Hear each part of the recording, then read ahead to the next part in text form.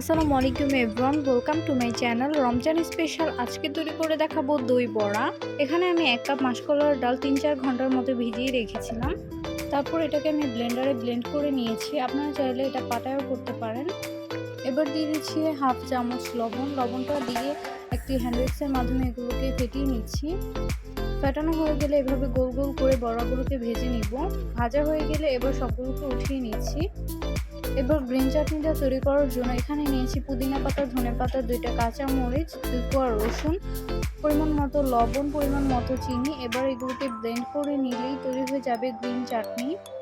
এবার তেঁতুলের চাটনিটা তৈরি করার জন্য এখানে আমি পরিমাণ মতো তেঁতুল নিয়েছি। তেঁতুলটাকে আমি 10 মিনিটের মতো ভিজিয়ে রেখে এর কাঠটা বের করে নিয়েছি। এবার দিয়ে দিচ্ছি 1 চামচ মরিচের গুঁড়া, 2 টেবিল চামচ গুড়। এখানে আমি খেজুরের গুড়টা নিয়েছি। এবার এগুলোকে মিশিয়ে নিচ্ছি।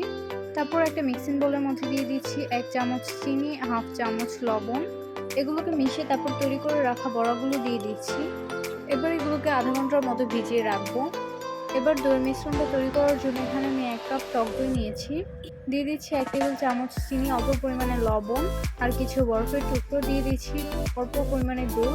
তারপর সবগুলোকে ভালোভাবে নেড়েচেড়ে মিশিয়ে নিচ্ছি। এভাবে ভালোভাবে মিশিয়ে নিলেই দইয়ের মিশ্রণটা তৈরি হয়ে যাবে। এদিকে বড়াগুলোও কিন্তু ভিজানো হয়ে গিয়েছে। এবার সবগুলোকে প্রেস করে এভাবে দইয়ের মিশ্রণের মধ্যে দিয়ে দিচ্ছি। তারপর এগুলোকে পরিবেশন করে নিচ্ছি। প্রথমে বড়াগুলো দিয়ে তারপর এর উপর দইয়ের মিশ্রণগুলো দিয়ে দিচ্ছি। তারপর এক এক করে সসগুলো দিয়ে দিচ্ছি। প্রথমেই তেঁতুলের চাটনিটা দিয়ে দিচ্ছি, তারপর উপরে গ্রিন চাটনিটা দিয়ে দিচ্ছি, তারপর আবারও উপরে তেঁতুলের চাটনিটা দিয়ে দিয়েছি।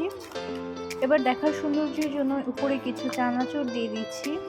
তো তৈরি হয়ে গেল একদম সহজ পদ্ধতিতে দই বড়া।